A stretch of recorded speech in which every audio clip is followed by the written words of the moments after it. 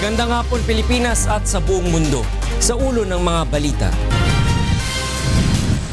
Prangkisa ng National Grid Corporation of the Philippines. Posibleng mapawalang bisa kaugnay ng umano'y paglabag nito sa kasunduan sa National Broadband Deal ayon sa National Transmission Corporation.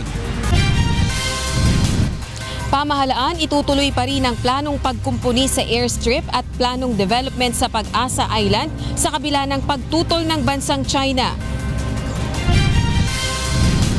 Panukalang pagmultahin ng 1 milyong piso ang mapapatunayang namimeke ng public documents pasado na sa third at final reading sa Senado. LRT Line 1 Extension Project na magdurugtong sa Baclaran at Cavite, target na tapusin sa taong 2020 ng Transportation Department. Mahigit 80% ng mga pampasahero ang sasakyan sa Quezon City bumagsak sa smoke emission testing ng LTO at DNR. Una sa ating mga balita ngayong hapon. Panibagong batch ng Overseas Filipino Workers o OFW ang pauwi ng bansa matapos mabigyan ng kaukulang dokumento sa ilalim ng amnesty program ng Saudi Arabia. Ito ang balita ni Bel Cabigting. Mahigit 100 undocumented overseas Filipino worker ang inihatid kanina sa King Khalid International Airport ng mga opisyal ng Embahada ng Pilipinas sa Riyadh pauwi ng Pilipinas. Ang mga OFW ay kabilang sa mga napagkalooban ng exit visa sa ilalim ng amnesty program ng Saudi Arabia. Kabilang sa kanila si Dayang Dayang na makalipas ang ilang taon ay makakapiling na niya ang kanyang pamilya. Sa lahat po ng tumulong sa amin, maraming salamat po. Isa po ako sa cancer survivor po dito sa Riyadh. Na matagal na gusto umay. Maraming salamat po na ngayon pangkakawi na ako sa magulang ko. Base sa datos ng Philippine Consulate sa Jeddah, 678 sa 4,060 OFWs na nagpatala sa Western Region ay nabigyan na ng kaukulang exit visa mula pa March 29. Samantala, wala pang inilalabas na datos ang embahada para sa Central at Eastern Region. Nananawagan naman ang isang volunteer na tumutulong sa mga Pilipinong may problema sa kani-kanilang papeles na magtiwala sa kakayahan ng gobyerno na mapauwi lahat ng stranded OFW sa bansa. Huwag po tayo maniniwala po sa mga kasabihan na sinasabi po ng ibang tao na wala pong ginagawa ang ating gobyerno po. Lahat po ay ginagawa ng ating gobyerno para lang po mapauwi po tayo lahat. Ang Nation Without Violators program na ito ng Saudi Arabia ay nag-aalok sa sinumang illegal expatriates ng libreng proseso ng pagpapauwi at pagkakataong makabalik pa dito para sa panibagong employer. Tatagal ito ng 70 araw na matatapos sa June 29. Bel Cabigting, UNTV News and Rescue, Kingdom of Saudi Arabia.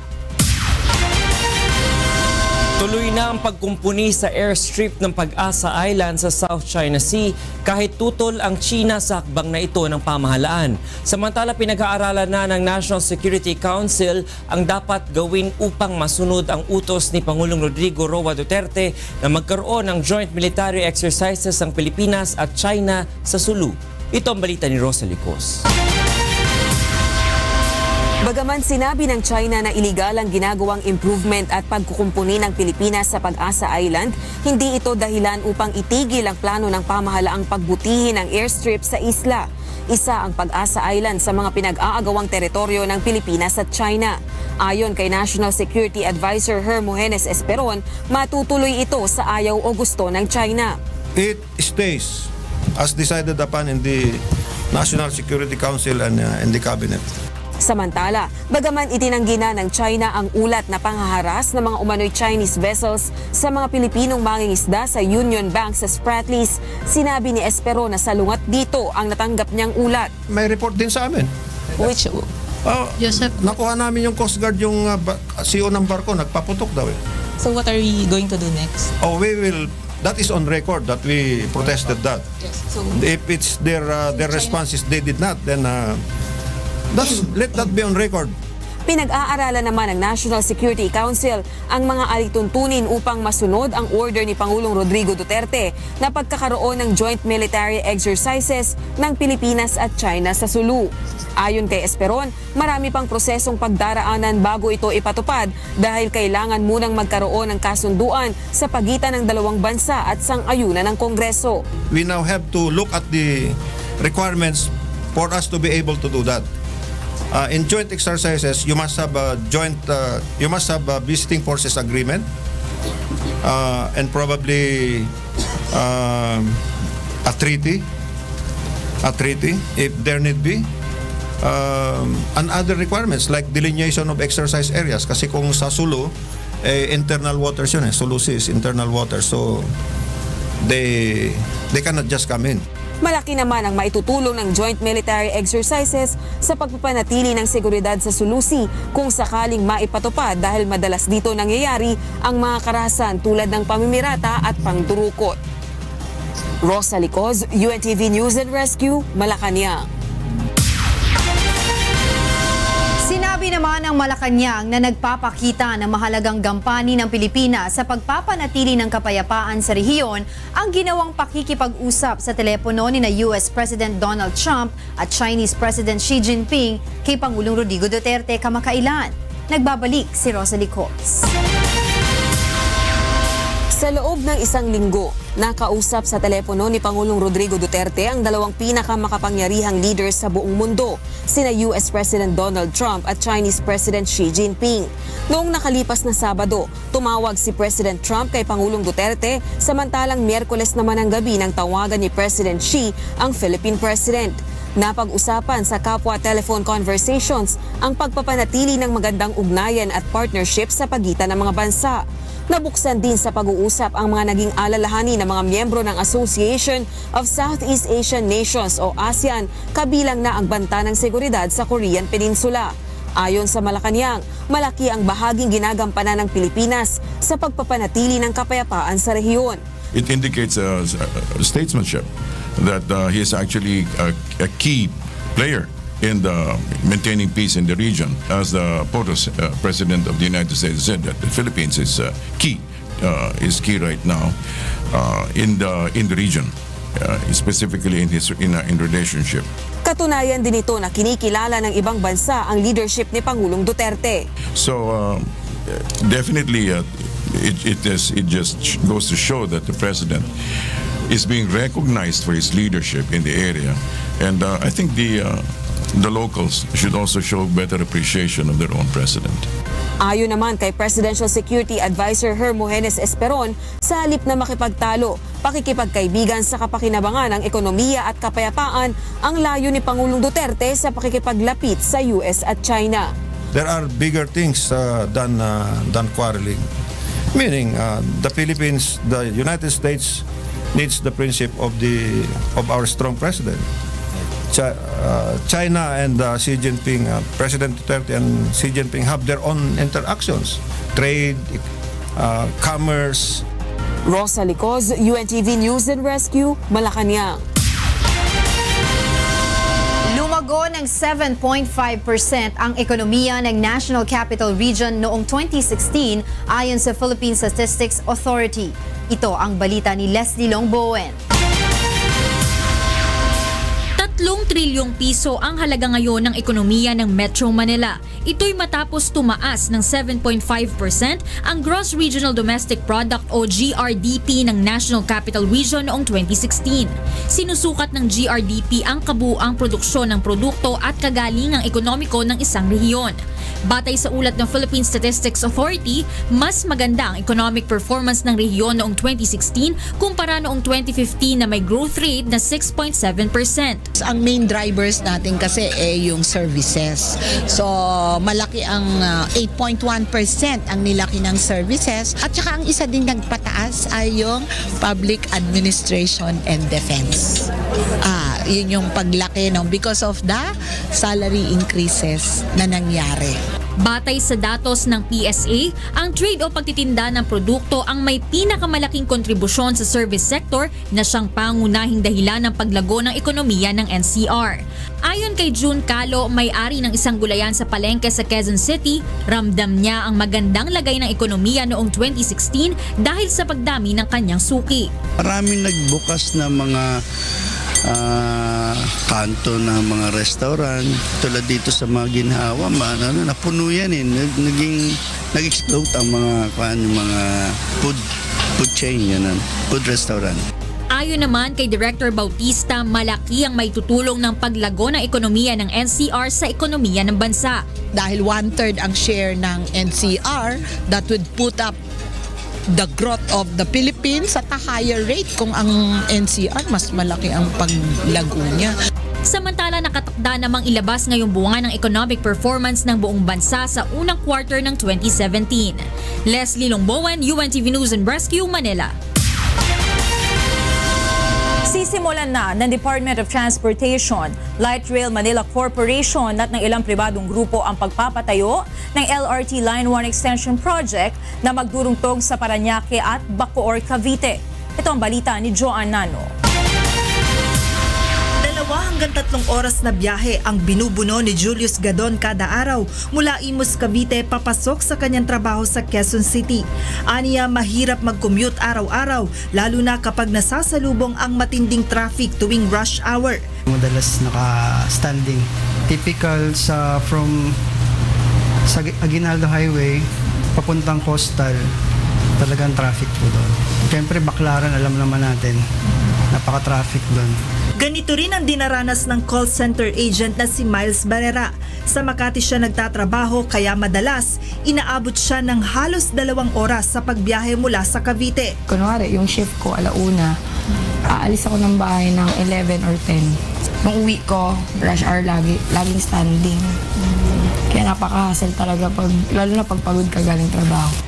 Ang mga daing na ito ng ating mga kababayan ang nais matugunan ng pamahalaan sa pagtatayo ng LRT1 Cavite Extension Project. Ngunit ilang taon pa ang hihintayin ng mga pasaherong ito bago maranasan ang ginhawang maihahatid ng proyekto. Kanina nagsagawa ng groundbreaking ceremony para sa proyekto ang Transportation Department at Light Rail Manila Corporation kasama ang ilang pribadong grupo. Sa ilalim ng proyekto, mas mapapabilis na ang biyahe dahil pagdurugtungin ng LRT1 extension ang Parañaque, Las Piñas at Cavite. 8 istasyon na planong idagdag ng LRMC, kabilang dito ang Asiana, MIA, Asia World, Ninoy Aquino, Dr. Santos, Las Piñas, Zapote at Nyog Station sa Bacoor, Cavite. Sa orihinal na plano, sa huling bahagi pa ng 2021 target matapos ang proyekto. Ngunit nais si Transportation Secretary Arthur Tugade na gawing mas maaga ang pagtatapos nito sa taong 2019 o 2020. Their assumption of construction is 8 hours a day. Ang sabi ko po sa kanila, pwede ho ba gawin nyo yung construction 24 hours without sacrificing quality of construction? Nangako naman ng LRMC na dodoblehin nila ang trabaho upang masunod ang deadline ng DOTR. Posible rin nila itong mataon sa pagdating ng mga bagong tren na bibilhin ng Transportation Department para mapaganda pa ang kanilang operasyon. If there is a successful bid, the trains should be delivered starting 2020. Sa pagtaya ng LRMC, posibleng tumagal na lamang ng 40 minuto ang biyahe mula Cavite paluwas ng Metro Manila kapag natapos na ang proyekto. Inaasahan naman na higit sa 300,000 pasahero ang madaragdag sa LRT1 kapag sinimulan na ang biyahe ng mga tren sa Cavite. Joan Nano, UNTV News and Rescue, Parañaque City. Mahigit 80% sa mga public utility vehicles sa Quezon City ang bagsak sa kalidad ng usok na binubuga ng kanilang mga sasakyan. Ito ang resulta ng ginawang anti-smoke belching operation ng Land Transportation Office at Department of Environment and Natural Resources kanina. Ito ang balita ni Nel Maribohok. Ito pong proyekto na to para po sa malinis na hangin. Tsaka pasensya na po sa abala at maraming salamat po. Pansamantalang pinahihinto ng mga tauhan ng Land Transportation Office ang mga pampasahero jeep at bus na bumabiyahe sa kahabaan ng Commonwealth Avenue sa Quezon City. Ito ay bahagi ng kampanya ng LTO at DENR laban sa mga sasakyan nagbubuga ng mataas na level ng maiitim na usok. Sa pamamagitan ng isang smoke testing device, nakikita ang kalidad ng usok na lumalabas sa sasakyan at kung ito ay pasado sa sinusunod na pamantayan. Payag naman dito ang ilang mga driver. Lang ganito para sa ganun, magawa yung mga ibang sasakyan na magusok din. Aprobado rin maging sa mga pasaherong pansamantalang naabala ang kampanya na ito. Okay lang po para sa naman po kagandahan ng ating paligiran, di ba? Pero actually okay ito kasi at least ma-aware tayo na syempre di ba, pangit na kasi yung hangin na lumalabas sa atin. Sa halos 2 oras na operasyon ng LTO at DENR, nakapag-inspeksyon sila ng kabuuang 88 public utility vehicles. Maliit lamang na porsyento ang pumasa, samantalang nasa 76 hanggang 86% naman ang bumagsak sa carbon emission test na ito. We're advising them to tell their operators na paggawa nila yung sakyan nila. This is more of an advocacy campaign. As much as possible, we don't want to apprehend. Kaya lang kung may talagang violator, we don't have other option but to implement the law. Sa mga nahuli ngayong araw, warning muna ang ibinibigay sa kanila ng mga otoridad. Ngunit sa mga susunod na araw ay magsisimula na silang maghigpit sa pagpapatupad ng mga probisyon sa ilalim ng Philippine Clean Air Act. Sa unang paglabag ay mapapatawan ng multa ng hindi hihigit sa 2,000 piso. Hindi naman lalagpas sa 4,000 piso ang multa sa ikalawang paglabag. At sa ikatlong paglabag ay masususpindi ang rehistro ng sasakyan ng 1 taon at dagdag pa ang multa ng hindi hihigit sa 6,000 piso. Nel Maribuhok, UNTV News and Rescue, Quezon City. Susunod sa ito ang balita. Prangkisa ng National Grid Corporation of the Philippines, posibleng mapawalang bisa kaugnay ng umano'y paglabag nito sa kasunduan sa National Broadband Deal ayon sa National Transmission Corporation. Panukalang pagmultahin ng 1 milyong piso ang mapapatunayang namimeke ng public documents pasado na sa 3rd at final reading sa Senado.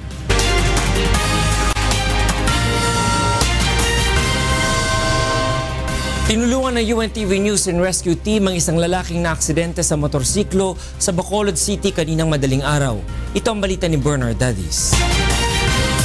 Wala nang malay at nakahandusay sa kalsada nang datna ng UNTV News and Rescue Team ang motorcycle rider na si Armando Flores sa Barangay Alihis, Bacolod City kaninang alas 2:20 ng madaling araw.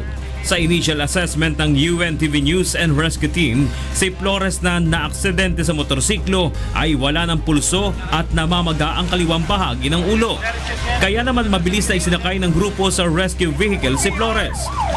Habang nasa biyahe, binigyan ng UNTV Rescue ang biktima ng cardiopulmonary resuscitation o CPR. Bago dumating sa ospital ay bumalik ang pulso ni Flores. Kasalukuyang nasa Corazon Locsin Montelibano Memorial Regional Hospital ang biktima. Bernard Dadis, UNTV News and Rescue, Philippines.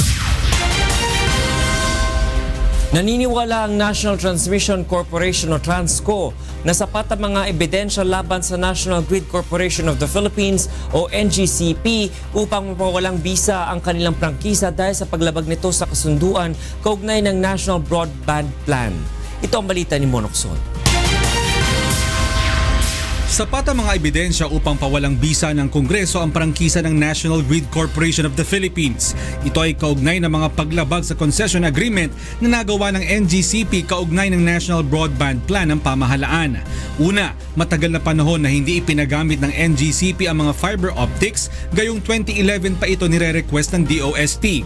Hindi rin nagpaalam ang NGCP sa National Transmission Corporation o Transco sa kanilang mga ginawang proyekto sa loob ng pasilidad na pagmamay-ari ng Transco. Ang Transco ay government-owned company na nagmamay-ari sa lahat ng mga transmission towers sa bansa at nangungupahan lamang ang NGCP bilang bahagi ng concession agreement. Kabilang sa mga nalabag ng NGCP ay ang pagtatayo ng mga pasilidad na sakop ng mga transmission tower. Ito umano ay mga pasilidad ng telecom companies na umuupa sa NGCP upang magamit ang kanilang mga fiber optics. Gate ng Transco, mayroong 50% na share ang publiko sa lahat ng negosyo na papasukin ng NGCP. Ang 50% na share ay maaring magamit upang mapababa ang singil sa transmission charge na kasama sa mga bayarin sa kuryente. Pero dahil hindi nagpaalam ang NGCP, nasosolo umano nito ang lahat na kinikita sa mga pinasok nitong negosyo. Hindi naman namin sinabing bawal. Ang sabi namin, magpaalam kayo. Dapat alam namin. Bakit? That is our mandate. That is for the protection of the Filipino consumer. Why? Because any income from any related businesses under the IPIRA law should go to the savings to lower down the electricity rate. Ayon naman sa NGCP, wala silang nalabag dahil nakasaad rin sa kasunduan na may karapatan silang i-maximize ang mga pasilidad na inuupahan nila sa Transco. Kailangan namin humingi ng pahintulot.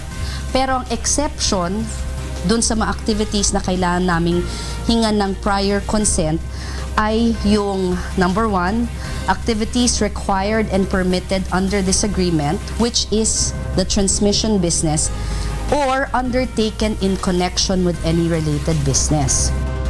Nilinaw rin ng NGCP na hindi nila tinututulan ang National Broadband Plan ng pamahalaan.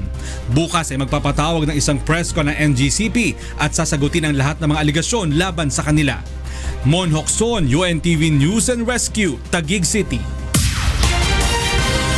Ibinunyag ni Justice Secretary Vitaliano Aguirre II na 5 NBI agents umano ang nagsisilbing protektor ng gambling operator na si Charlie Atong Ang. Dumepensa naman ang kalihim sa mga paratang ni Ang laban sa kanya at sa kanyang kapatid. Ito ang balita ni Roderick Mendoza. Pinaiimbestigahan na ni Justice Secretary Vitaliano Aguirre ang 5 NBI agent na protektor umano ng gambling operator na si Charlie Atong Ang. Isa umano sa mga ito ang pinanggalingan ng sinasabing impormasyon ni Ang na ipinapapatay siya ng kalihim. May nagbigay na rin sa akin ng information from the NBI insiders kung sino-sino yung nagpoprotekta kay Atong mga nakaraan pa. Pinaimbestigate ko pa pero alam ko na yung pangalan.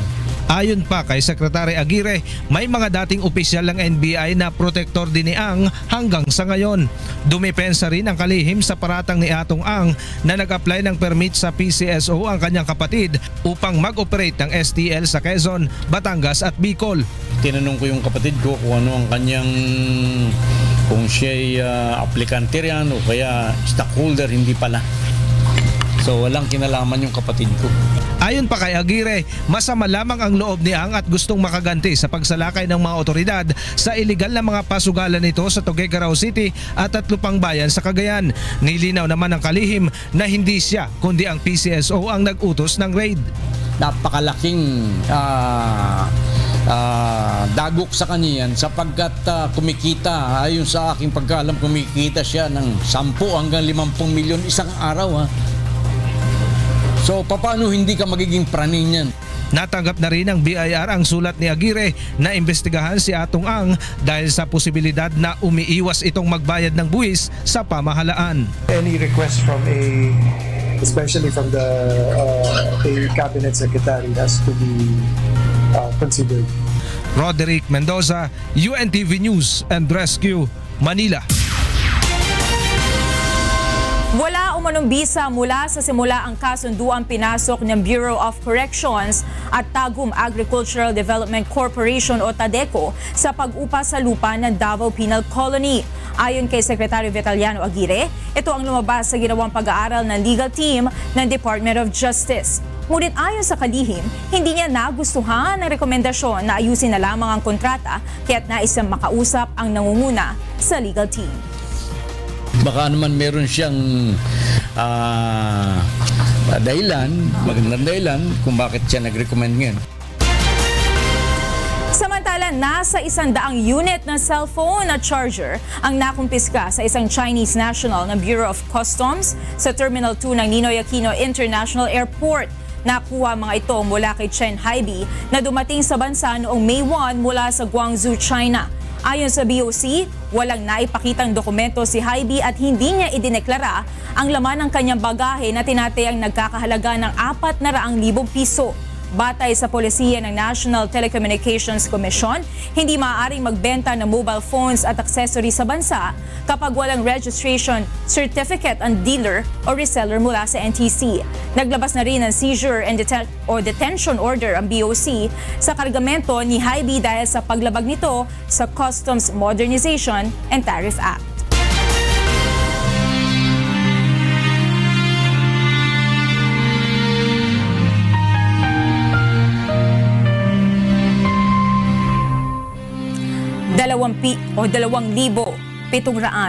at 19 na araw na po ang nakalipas mula na maganap ang malagim na Maguindanao Massacre.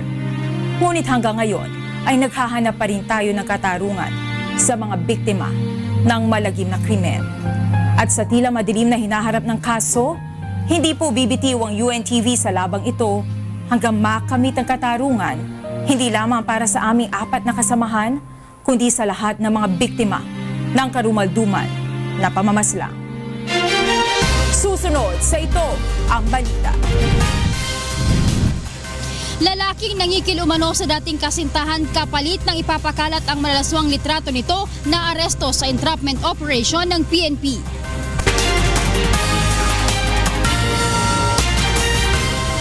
Nakauwi na sa bansa ang ikalawang batch ng repatriated overseas Filipino workers mula sa Saudi Arabia. Mula sa Ninoy Aquino International Airport, itong balita ni Joyce Balancho live. Joyce, go ahead.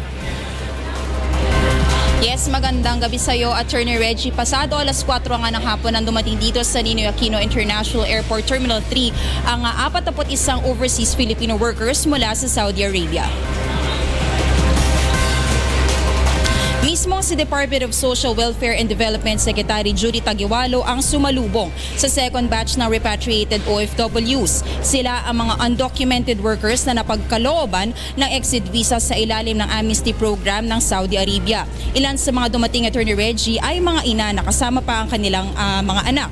Ayon kay Secretary Taguiwalo, bibigyan ng DSWD ang isang OFW na may inaarugang anak ng 5,000 pesos na financial assistance. Ang Overseas Workers Welfare Administration o OWA naman ay magbibigay ng temporary shelter at travel assistance sa mga pamilyang malayo ang uuwian. Pakinggan natin si Secretary Judy Taguiwalo.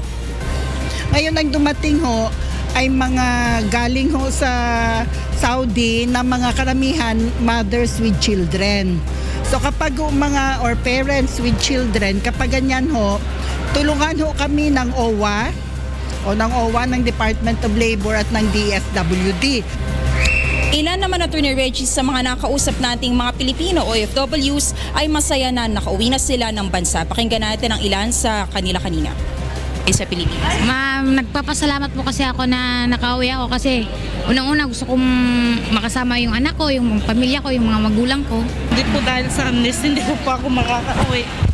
Nagkaroon pa ako ng anak dahil wala po, kapit patalim po ako sa amin sa Saudi po kaya po ako kaya po nag-asawa doon para lang po may makatuwang pa ako sa Saudi, wala.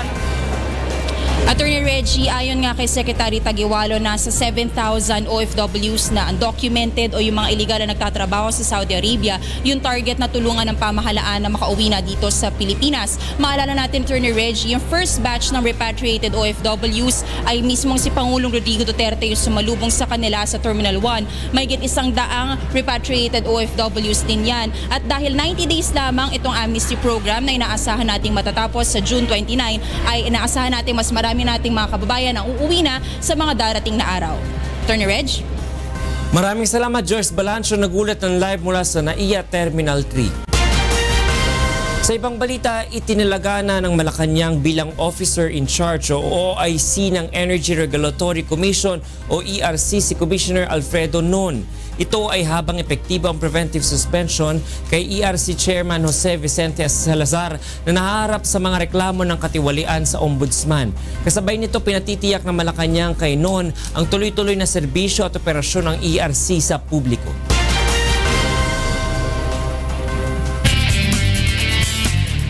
Naaresto ng PNP Anti-Cybercrime Group ang sospek na nangikil kapalit ng umanay malalaswang larawan ng dating kasintahan.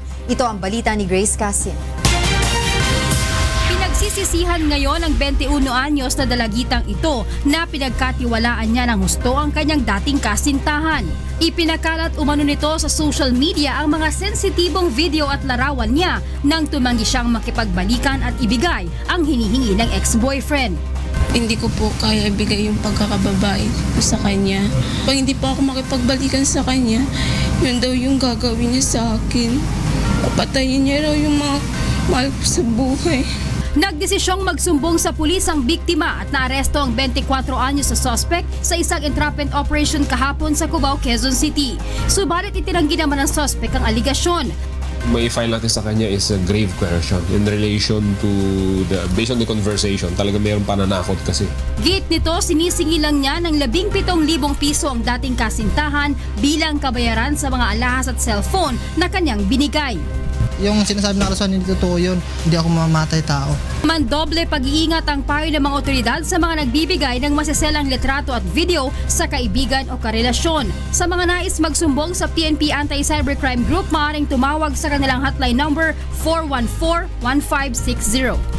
Grace Casin, UNTV News and Rescue, Camp Crame.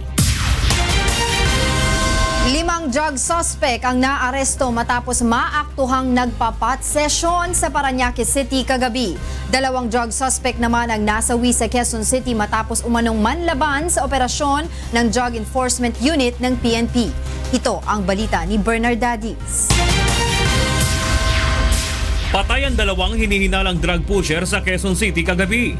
Nanlaban umano sa mga operatiba ng Drug Enforcement Unit ng QCPD Station 2 ang mga suspect na sina Alexander Matibag at Ronaldo Martinez nang matunugan na pulis ang kanilang katransaksyon. Na una po silang namutok ng baril po at saka yun nga po nagkaroon na ng barilan po. Na-recover sa mga ito ang 2 kalibre 45 na baril at mga sachet ng hinihinalang shabu. Ayon sa PNP, itinuro ang mga suspect na mga nahuli na nilang drug user kamakailan. Sa ngayon ay patuloy naman ang manhunt operation ng mga otoridad sa nakatakas na kasamahan ng mga suspect na si alias Nante. Sinalakay naman ng Drug Enforcement Unit ng Southern Police District ang isang bahay na hinihinalang drug den sa Barangay Ususan, Taguig City, pasado las 8:30 kagabi. Arestado ang 2 babaeng suspected drug pusher na sina Evelyn Nazario at Legend Tan. Arestado rin ang supplier ng mga suspect na si Rodel Samoy at 2 iba pa na naaktuhang kasama nilang nagpapat session sa lugar. Nakumpiska sa mga ito ang isang bulto ng hinihinalang shabu na tinatayang nagkakahalaga ng 335,000 piso at 6 na sachet ng hinihinalang shabu na nagkakahalaga ng 50,000 piso. Itinanggi ng mga suspect na nagbebenta ng ipinagbabawal na gamot ngunit umaming gumagamit ng shabu. Na-recover din ng mga otoridad ang mga paraphernalia na ginamit ng mga suspect sa pagpapat session. Bernard Dadis, UNTV News and Rescue, Philippines. Naipasa na sa 3rd and final reading sa Senado noong Martes ang panukalang pagbayarin ng 1 milyong piso ang mapapatunayang namimeke ng public documents. Ito ang balita ni Joyce Balancho. Mas malaking multa na ang maaaring bayaran ng mga namimeke ng public documents. Ito ay matapos maipasa sa Senado ang amendment sa the Revised Penal Code, partikular sa mga multa sa mga krimen. Mula sa dating 5,000 pesos, pagbabayarin na ng 1 milyong piso ang sinumang mamimeke ng mga birth certificate, marriage certificate, land titles, mga lisensya at iba pang dokumentong ini-issue ng government agencies. Maliban sa multa, maaring makulong ng 12 hanggang 20 taon ang mga mahuhuli. Ayon sa law expert na si Attorney George Garcia, napapanahon ang pag-aamyenda sa batas na nabuo noong pang 1950s. Sa 1 million, medyo matatakot-takot ka na plus the imprisonment. Medyo iba-iba na kapag ka 1 million pesos. And to me nga, especially if these are documents which involves the credibility of the entire process, dapat pa nga mas mataas pa yan eh. Para rin kay Attorney Garcia, maging ang private documents na notaryado katulad ng leasing contract ay maaring sakupin na rin ang panukalang batas na ito. Yung yung notarization mismo, pineke mo, yung notarization mismo, ginawa mo ng parang, you may be considered as having committed a crime involving falsification of public document. Madalas ring mapeke ang mga certificate of graduation at mga diploma. Pero ayon kay Attorney Garcia, hindi ito kasama sa mumultahan ng mataas dahil private documents ito. Yun na ngayon dapat na pinag-iisipan natin. Masyadong talamak ang pandaraya, ang pagpo-falsify ng mga ganitong klaseng dokumento, especially diploma, certificate of graduation. Hindi ba siguro magandang pag-isipan na rin na pwede naman siyang i-classify as a public document. Dahil Senado pa lang ang nagpapasa ng batas na nagtataas na multa sa falsification of documents, kailangan munang hintayin ang bersyon ng Kamara para maipatupad ang pag-amyenda sa batas. Sa ngayon, nakabinbin pa sa House Justice Committee ang proposed revisions sa the revised Penal Code. Joyce Balancio, UNTV News and Rescue, Senate of the Philippines. Tiniyak ni PNP Chief Director General Ronald Bato de la Rosa na wala ng ibang secret jail sa mga presinto sa bansa. Base anya ito sa ginawa nilang jail audit matapos madiskubre ng Commission on Human Rights ang umano'y secret cell sa Manila Police District Station 1. Tiniyak din ni General de la Rosa na handa siyang dumalo sa pagdinig ng Senado kaugnay ng lihim na kulungan. Makikipagtulungan din ng PNP sa CHR upang maiwasan ang mga kaso ng paglabag sa karapatan ng mga bilanggo. Ayaw makapag-legislate sila ng mga batas wherein magiging beneficiary yung PNP, particularly yung ating mga police stations na talagang masigip na yung kulungan. Mayong gabi, una sa atong mga balitang Promdi. Halos usa ka oras nga nawad-an og kuryente ang tibok Zamboanga Peninsula ug mga kasikbit nga lugar ganinang buntag. Apil usab nga nakasinati og power interruption ang Misamis Oriental ug Lanao. Pasado alas 9 na nabalik ang supply sa kuryente apan dili pagihapon kini stable. Sumala sa National Grid Corporation of the Philippines, adunay nahitabong outage sa linya sa Agus 5 Aurora ug sa Baloy Aurora. Apan wala pay katin-awan kung unsa ang hinungdan niini. Samtang gisiguro sa Zamboanga City Electric Cooperative o Zamselco nga aduna sila'y naka-standby nga 16 megawatt nga gensets nga mamahimong magamit kung kinahanglanon. Ani ang pahayag ni Engineer Edgardo Anchieta, ang manager sa Zamselco. Ang advice kung ano talaga ang cost is yet to be forwarded to us. So hinihintay natin kung ano yung cost na nag-start 8:34 and nag-restore sila ng delivery of power at 9:27. Usa ang Davao Region sa nakapagrehistro og taas nga level sa pag-uswag sa ekonomiya niadtong tuig 2016. Ani ang report. Subay sa record sa Philippine Statistics Authority, ang Eastern Visayas Region ang nakakuha sa pinakataas nga porsyento sa pag-uswag sa ekonomiya atong tuig 2016. Ikaduha ang Central Luzon ug nagsunod ang Davao Region nga nakarehistro og 9.4% nga growth rate. Kini ang kinatasan sa tibuok Mindanao. Sumala pa sa National Economic Development Authority o NEDA Region 11 na labwan niini ang ilang target nga 8.2 to 9.2%. Dako na usab ang pag-uswag sa ekonomiya sa rehiyon kung itandi sa 7% lamang ni adtong tuig 2012. Sumala pa sa PSA Region 11, dako ang naitabang sa industry sector, ilabi na ang construction o ang electricity, gas and water supply sa maong paglambo. Apan miubos ang kontribusyon sa agriculture industry. Cavendish banana remain the top export commodity for this region. Our agriculture, forestry and fisheries sector slightly contracted by 1.3% due to the adverse effect of the El Nino phenomenon during the first half of 2016. Gilauman sa NEDA nga karong tuiga makabot sa Davao Region ang 8.6 to 9.6% nga growth rate. Ilabi na nga nasugda na ang pipila ka mga dagkong proyekto sama sa Davao City Bypass Road ug naablihan na usab ang Davao General Santos Bitong Indonesia Trade Route. Apan dili ikalimot sa NEDA nga adunay epekto sa ekonomiya ang nahitabong pagpangatake sa NPA sa mga planta sa Lapanday diin 2 bilyones pesos ang lugi sa kumpanya ug 700 hangtod 1,000 mamumuo ang nawad-an og trabaho. But we expect that this company would still have faith in rehabilitating their business right here in Davao City and the rest of Davao region. Lapanday is one of our very strong partners from the business sector in the production of Cavendish banana. Sumala sa ahensya aron padayon nga mulambo ang ekonomiya sa rehiyon, kinahanglan nga tutukan ang pagpakgang sa global terrorism ug domestic insurgency, pati ang pagpangandam sa epekto sa climate change. Samtang sa tibuok nasod, ang ARMM ang nakarehistro sa pinakaubos nga growth rate nga anaa lamang sa 0.3%. Victor Cosare, UNTV News and Rescue, Davao City. Sa laing balita, milambigit sa ASEAN Campus Forum ang 200 ka mga magtutungha sa Central Luzon State University sa Science City of Muñoz sa Nueva Ecija. Kini ang balita ni Danny Munar. Pinangunahan ng Philippine Information Agency o PIA ang sinagawang ASEAN Campus Forum sa Central Luzon State University sa Science City of Muñoz.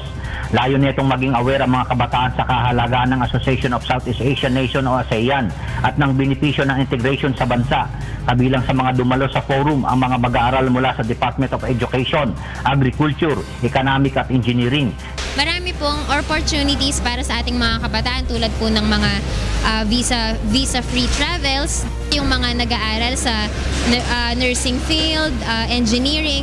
Sila po ay makakapagtrabaho hindi lamang po sa bansa na mga kilala tulad ng States or Canada, but magiging bahagi din po sila ng manpower ng Brunei, Cambodia at mga bansa po na nasa ASEAN. Tinalakay din sa forum ang kahalagaan at kalagayan ng domestic workers sa ibang bansa at ang mga hakbang para maprotektahan ang kanilang karapatan.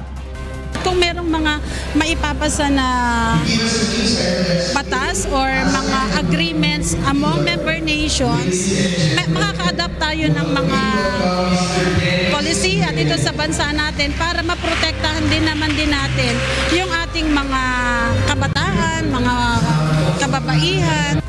Nagkaroon din ng pagkakataon ng mga estudyante na magpahayag ng saloobin sa mga issue na tingin nila ay dapat tutukan at resolbahin ng pamahalaan.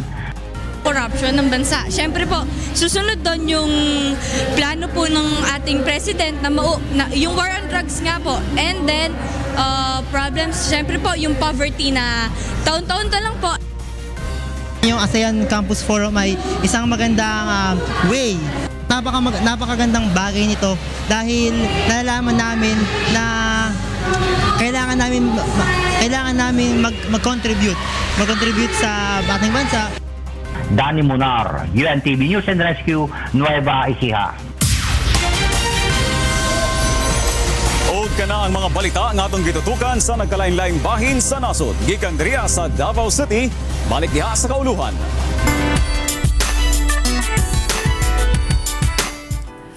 Tumatak sa mga kabalen sa Pampanga ang natatanging tema ng pelikulang Isang Araw Ikatlong Yugto na paggawa ng mabuti sa kapwa at ang pagkakaroon ng tiwala sa Philippine National Police. Ito ang balita ni Joshua Antonio. Patuloy ang isinasagawang special screening ng Isang Araw Ikatlong Yugto the movie na pinagbibidahan sa ilalim ng panulat at direksyon ni Kuya Daniel Razon. Dito sa Pampanga namang ang ating mga kabalen sa naturang pelikula dahil sa maraming magagandang aral na nakapaloob dito na mahalagang matutunan at may sa buhay ng bawat isa. Kabilang sa tumatak sa isip ng mga kabalen ay ang eksena ni Nora Honor na gumanap na isang pulubi na nagawa ng kabutihan ni Kuya Daniel Razon na kanya namang sinuklian ng paggawa ng kabutihan sa isang lola na ginampanan naman ng isa pang premyadong aktor na si Gina Pareño. The good thing there is kahit walang-wala po siya is nakatulong pa rin siya. At saka kahit ganun yung life niya, naging thankful pa rin siya. Ayun po yung maganda doon. Kasi po yung pong lola, binigyan po siya ng pambili ng gamot niya. Ganyan. Binalik niya po para makatulong dun sa mas nangangailangan yung apo niya po. Ganun. Mas okay po na unahin po yung iba kaysa sa sarili mo. Lalo na po kapag alam mong mas kailangan nila kaysa sa'yo. Isa rin sa ipinaparating na mensahe ng pelikula ay ang pagkakaroon ng tiwala sa mga tauhan ng Philippine National Police.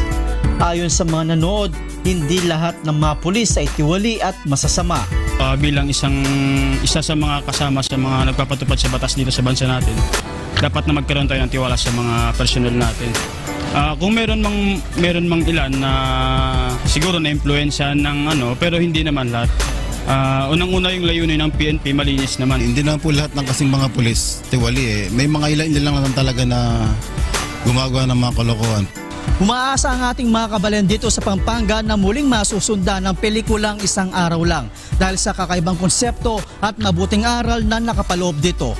Joshua Antonio, UNTV News and Rescue, Pampanga.